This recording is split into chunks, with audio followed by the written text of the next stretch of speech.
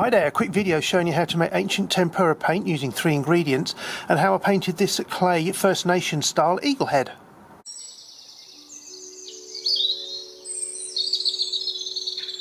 So you just need 3 things to make this paint. Let me show you what they are.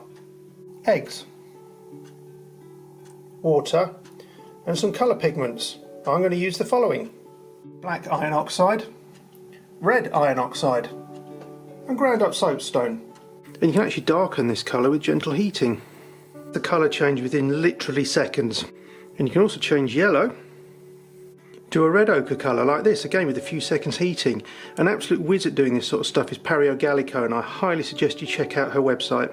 So I'm ready to mix now, and I've raided my watercolour box for the mixing tray. First of all, I'm going to separate some eggs. I'm going to take the white from the yolk, because we need the yolk to make the actual paint itself, because it binds the pigments. But if you're doing enough, you probably have enough whites to make a meringue, so everyone's a winner.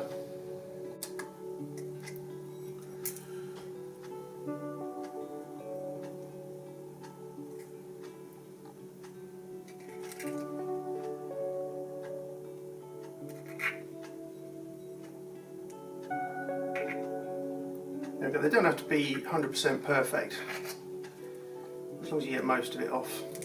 And now what we've got to do is just nick the sack that it's in, just put the yolk in like that, because you don't want the membrane in there. What we're going to do now is mix the yolk with some water on a 1:1 ratio.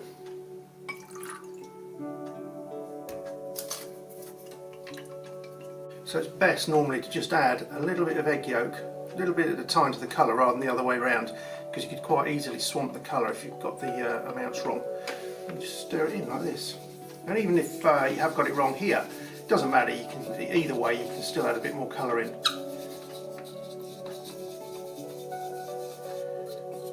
Obviously it makes it thicker and thinner depending how much you put in as well. Now on this, the red's the least amount of colour I'm using, so I've only got a little bit in here, but the white and the black are going to be more, so that'll be more egg mixed in with them. And here's the finished result. I had a little bit of an accident there because it got a bit messy. I put a tiny little bit of red ore in there by accident, but I managed to get the whites sorted. So they're ready to go, but you can see here where a little bit's flopped over the edge what great colours they are. It's probably a timely reminder as well, don't do this near something that will stain. And now it's time to paint this. I'm going to be using some more watercolour brushes. And we'll see how we get on. So I've got the image in front of me on my computer.